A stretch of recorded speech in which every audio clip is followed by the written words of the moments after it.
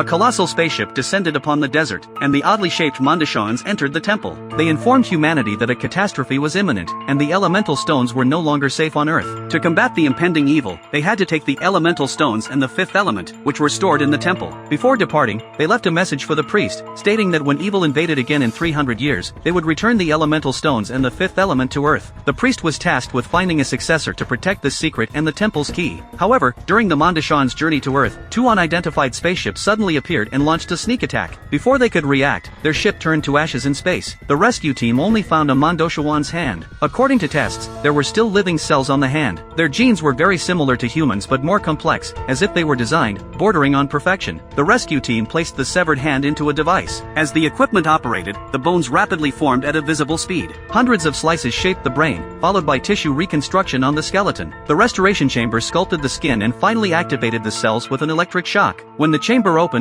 they were stunned. The restored Mondoshawan had a perfect female human body. A curious man approached to examine but was knocked out by a punch. The frightened woman broke through the wall and escaped the building via the exhaust duct. This was Earth 200 years later. Cars flew in the sky, and cities were built at high altitudes. Seeing the pursuers approaching, she hesitated but eventually chose to jump, landing in a taxi. The driver, Bruce, barely stabilized the car when the intelligent assistant informed him that his driver's license points had been exhausted. If there were more issues, he could basically bid farewell to driving for life. After stopping the car, Bruce looked into the back seat. The orange-haired goddess who fell from the sky made his withered heart flutter again. Just as he was secretly delighted, a police car suddenly blocked the way, demanding he immediately hand over the woman in the car. With no choice, Bruce had to obey the order. If he defied even the police's command, the deducted points would probably take a lifetime to recover. However, seeing the beautiful woman crying in front of him, Bruce immediately changed his mind. Compared to his wife, what was a taxi? He stepped on the gas and rushed out. Relying on his skilled driving, they successfully escaped. But the woman was obviously injured from the fall. After uttering the priest's name, she passed out. With no other option, Bruce could only take her to the priest. Upon entering, the priest saw the tattoo on her hand and fainted on the spot. It turned out that this woman was the fifth element.